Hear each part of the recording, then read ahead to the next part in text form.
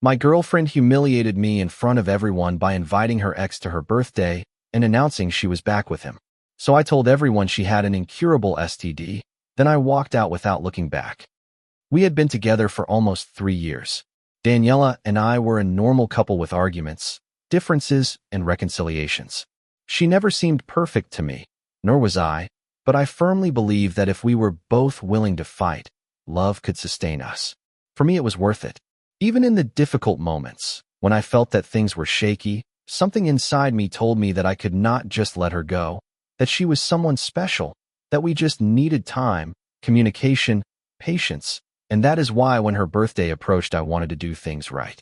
She asked me to arrive early at her apartment to help her prepare everything. Bring the metallic balloons that I like and a good red wine, she wrote to me a few days before. She also asked me not to forget the gift, laughing, although I already had it ready for more than a week. It was an expensive perfume that she had been mentioning for months. It had cost me almost 2 weeks of my salary, but I did not care.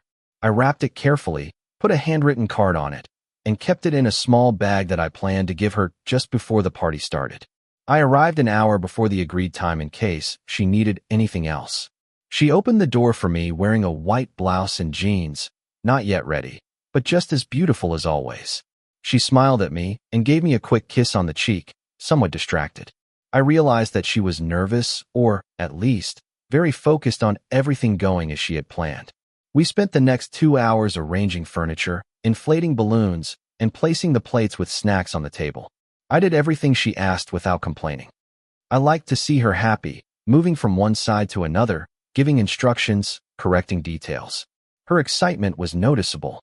She thanked me several times with quick phrases. "Thank you for this. It is a good thing you came early. I could not have done it alone." That was enough for me. Shortly before the guests began to arrive, she went to change. She put on a red dress, one of those she knew looked good on her, and she put on her makeup with precision. When she came out of the bathroom, I had to admit that she looked beautiful. I wanted to say something to her, but she seemed too busy, so I just watched her in silence and smiled. The first to arrive were her friends from work. Then came her cousins, some classmates from university, and a couple of my friends whom she had invited out of courtesy. The apartment soon filled with laughter, music, conversations, and half-empty wine glasses. Everything was going well. I saw her happy, lively, dancing with her friends, talking to everyone. And although she did not spend much time by my side, I did not mind. I understood that it was her day, her moment, until Gabriel arrived. I recognized him as soon as he entered. He was her ex from high school whom she had told me about several times. Supposedly, they had ended on good terms and maintained a sporadic friendship. I never felt completely comfortable with him, but I did not want to forbid her from talking to him either. I am not that type of person. He entered with a confident smile and a small package wrapped in shiny paper. Daniela saw him from the other side of the room and ran to hug him as if she had not seen him in years. It was not a brief hug. It was one of those that lasts long enough to become uncomfortable. Then she stayed talking with him for several minutes, as if the rest of us did not exist. I tried not to make assumptions. Maybe it was just excitement, a friendship she had not seen in a long time. I forced myself to think that way, but I could not help feeling a little displaced. I approached a couple of times trying to join the conversation, but she did not even introduce me. Gabriel greeted me with a "How is it going?" without much interest, and continued talking to her as if I were not there. From that moment on, something changed. She began to behave differently. She talked to me less. She asked me for things in a more distant tone. I even noticed that she avoided any gesture of affection with me in front of Gabriel. At times I felt like just another guest, as if our relationship had been demoted to something invisible. Still, I stayed. I thought that maybe it was just my imagination. I did not want to make a scene. Not on that day. Not in front of everyone. The hours passed, and it was time for the cake. Daniela asked for silence. They turned off the music. Everyone gathered around the table. They lit the candles. I had the gift in my hand waiting for the right moment to give it to her. Then she asked to speak with a broad smile, her eyes shining, as if she were about to announce something very important. "Before we sing, I want to say something," she began. The people fell silent. Some raised their phones to record, thinking it was an emotional dedication. I also stood still, waiting for her to say something about how happy she was, or how grateful she was to all of us who had made the effort to be there. Tonight, I am not only celebrating my birthday, I am also celebrating something very special, something that makes me truly happy, she said. I was still smiling, although I was already starting to feel a knot in my stomach. I did not know why, but something in her tone put me on alert. You all know Gabriel, she continued, looking towards him. Many of you know he was my first love, and well, it turns out that life takes many turns. We reconnected recently, and we have decided to give ourselves another chance. There was a tense silence after her announcement. Everyone began to murmur among themselves. Some seemed surprised, others uncomfortable. I stood there with the gift still in my hand. I did not know how to react. Everything had been so sudden, so absurd, that my mind was not processing anything clearly. It was then that Daniela spoke again, as if she had not yet finished delivering the final blow. But I also want to thank Carlos, she said, looking at me with a smile that I could not tell if I should describe as condescending or hypocritical. You were my soulmate for these almost 3 years. Thank you for helping me understand what it means to truly love someone. You helped me in that process. Her words sounded hollow, empty, as if she were speaking at a thank you event and I were just a necessary mention, a name on a card. Gabriel, who was still by her side, nodded as if that were noble. I know this is not the best way to announce it, but it is true. Thanks, friend, he said, giving me a smile that seemed like a mockery. At that moment something inside me broke. It was not just the anger, it was the humiliation, the helplessness, the betrayal, the accumulated pain, all at once. I had nothing left to lose. They had taken even my dignity, and if I remained silent, they would take that too. Then, without thinking much, I spoke. Congratulations to both of you, I said, raising my voice a little with a smile that even I did not recognize. It is a pleasure to have been a part of this beautiful story. I am glad that people like Daniela, despite her illness, can find love. I could not be with you anymore, love, but I know he will make you happier. The silence that followed was different from the previous one. It was no longer just surprise, it was tension. The people looked at me confused. Some opened their eyes, others just stood still. And then Gabriel frowned. What illness? He asked slowly, as if he were not sure he had heard correctly. I took a deep breath and let out the lie without a single hesitation, looking at both of them directly. What? Did Daniela not tell you? She is HIV positive. She confessed it to me a few months ago. I honestly could not be with her anymore after the news. But it is great that love does exist. I am sorry for not understanding you, Daniela, but I am happy about your relationship with Gabriel. No one said a single word. No one moved. Some looked down. Others looked at Daniela waiting for a reaction. Gabriel took a step back, bewildered. Daniela looked at me with a mixture of horror and rage, but she said nothing. She could not. She did not know how to defend herself, because although it was all a lie, I had said it with such calmness, with such conviction, that for a few seconds even she doubted if she had told me at some point. The atmosphere became unbearable. The cake was still on the table, untouched. The candles went out on their own. The glasses were left half raised. Everyone, absolutely everyone, knew that something had broken, and I left without saying more, without looking back. I walked for several blocks without thinking about anything other than putting one foot in front of the other. The street was lit, but I felt everything was blurry. My heart was beating so fast that I could barely breathe. I was walking with trembling hands, a tense neck, a dry throat. I did not know if I was about to scream, laugh, vomit, or cry. It was then that my cell phone rang. It was Daniela. I answered. Come back and say it is all a lie, she screamed instantly without even saying hello. You are an idiot, Carlos. How could you make that up? I closed my eyes and took a deep breath. What are you talking about? What lie, Daniela? I replied with the same calm voice I used at her party. You do not have to be ashamed.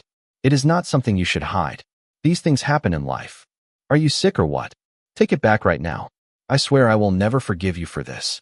I did not do anything wrong, I said, still with that neutral tone. I just spoke the truth, or what you made me feel was the truth. Go to hell, Carlos. And she hung up. I stood on a corner without moving. I noticed that I had new messages on my social media, notifications from Instagram, from WhatsApp, even in direct messages on Facebook. They all came from the same group, people who were at the party. Some were direct. Bro, is what you said serious? Really, does Daniela have HIV? I cannot believe it. She looked so healthy. Others were more aggressive. I do not believe you at all. But if it were true, how disgusting of you to expose her like that. You do not do that, even if you are angry. What is wrong with you? You better shut up before you ruin her life even more. Is it true, or was it just to mess with her? Because if it is a lie, you went too far.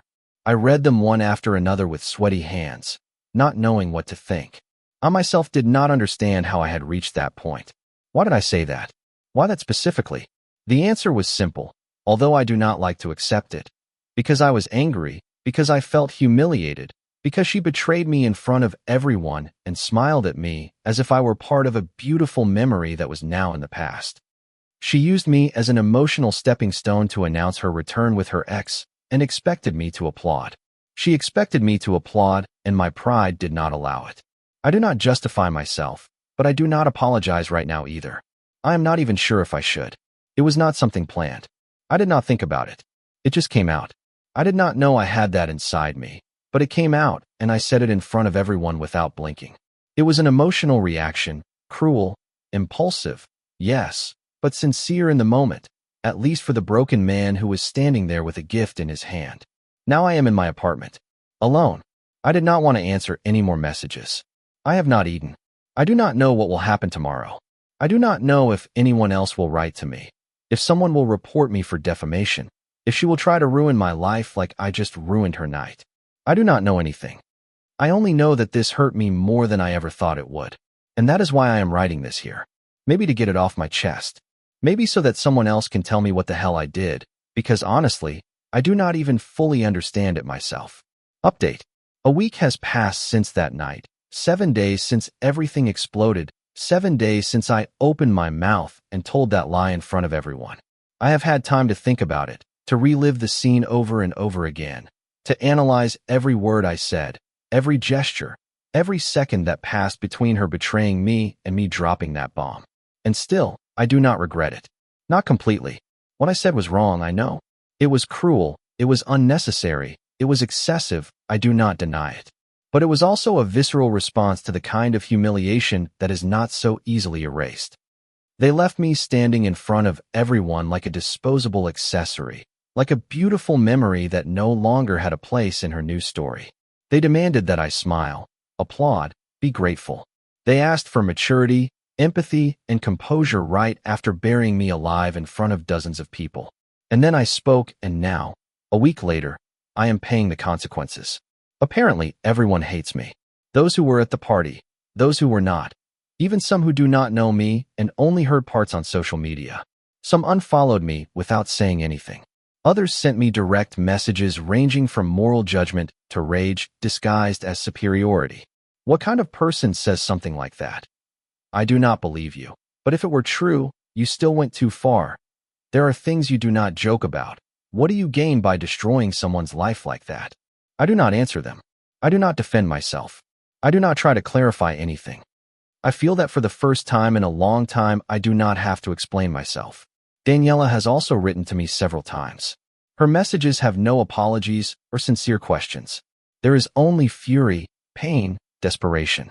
She has told me that I ruined her life, that Gabriel left her the next day without saying anything, that he simply left her house with the excuse of, "I need time," that her mother confronted her with an expression she had never seen before, that at her job they now look at her with discomfort, that even people who knew her from university now doubt her. I hate you, Carlos. You killed me without touching me. This is not going to end like this. You have no idea of the hell you made me live through. That is what she wrote. I am not surprised. For years I heard her say those same phrases to others in other contexts, to her ex, to her friends, to her bosses. She was always good at playing the victim, and she was always convincing. But this time it does not seem to be working for her, and that has her devastated. She posts stories on Instagram almost daily. Photos of negative results, medical tests with recent dates, even screenshots of lab emails. All accompanied by phrases like, "for those who still doubt," or "lies fall apart on their own." Sober filters, white and gray tones, instrumental music in the background. She tries to maintain the image of someone strong, resilient, dignified, but it is not difficult to see that she is desperate. There is something in her eyes, in the way she writes, in the frequency with which she posts, that screams that she cannot handle this. She is losing control, and that for her is the worst possible defeat. And yes, I admit it, seeing it gives me a strange satisfaction.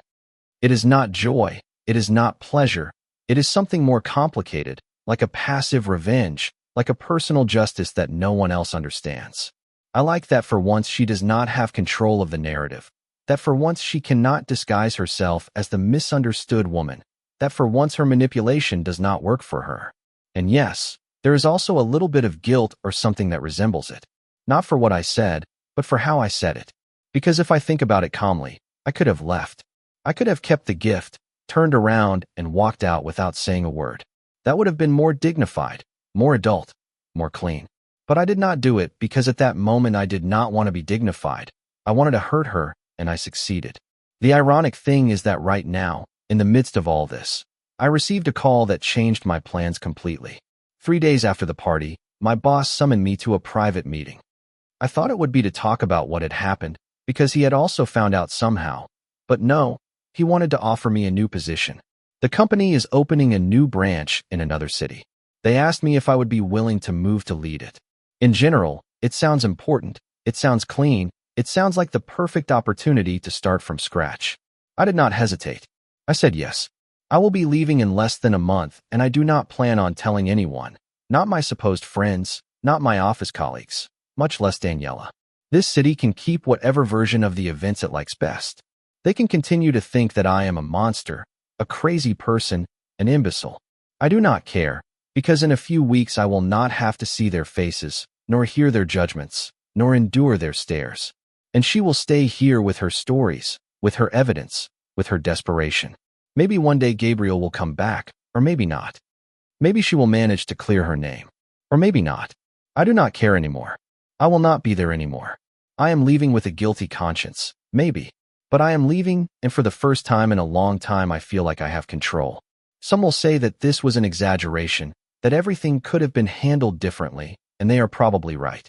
But no one else was standing in that apartment with a gift in their hand, and their soul torn to pieces, while the person who claimed to love you announced that she was getting back with her ex, holding his hand as if you had never existed. No one else witnessed that scene firsthand. No one else felt that knot in their stomach.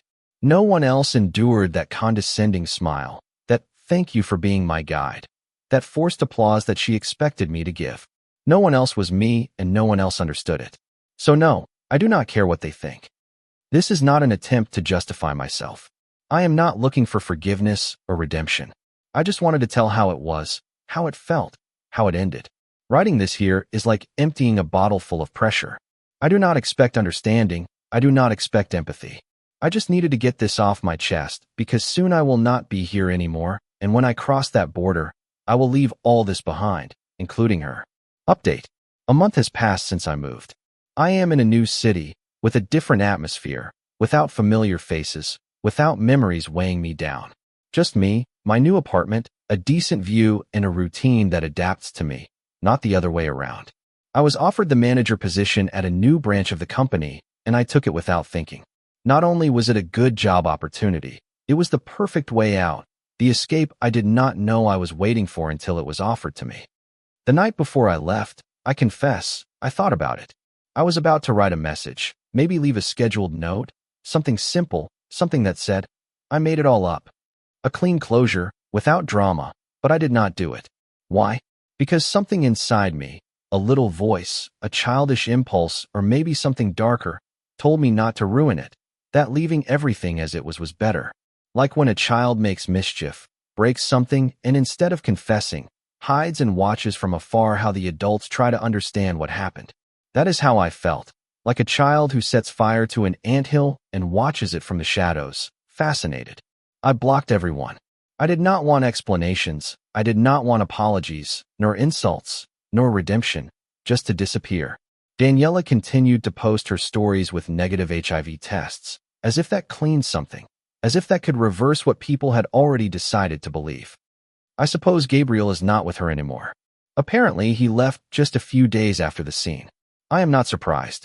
Who stays to verify when the fire is already consuming everything? She wrote to me before I left. Several long, furious messages, others desperate. You ruined my life, she told me. You are a monster. You will never be at peace. And maybe she is right. Maybe not. I did not answer her. What am I supposed to say? I am sorry. I got carried away by anger. It was not true. I just wanted to hurt you because it hurt me to see you happy.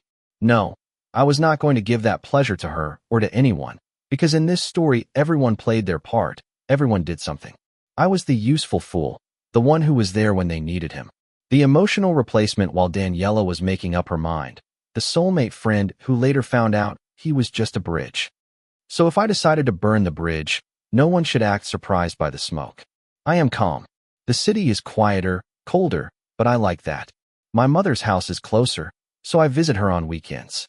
She does not know anything about all this. She barely remembered Daniela. She thinks we broke up because of young people things, as she says. She makes me coffee, asks me if I am okay, if I do not feel lonely. And I tell her no, that I am better than ever. And there is some truth in that. Not because I feel proud of what I did, nor because I believe I was right, but because for the first time in a long time I feel like I have control. I do not care if that makes me a villain to some. Sometimes justice does not come with applause or with cleanliness. Sometimes it is bitter, twisted, ugly, but it is justice in the end. Daniela was left with the narrative, with the evidence, with the desperation. I left, and now I am here, writing this from a comfortable sofa with a beer on the table and my phone clean of notifications. There is no one else in this story, anymore, just me. Will I tell the truth again someday?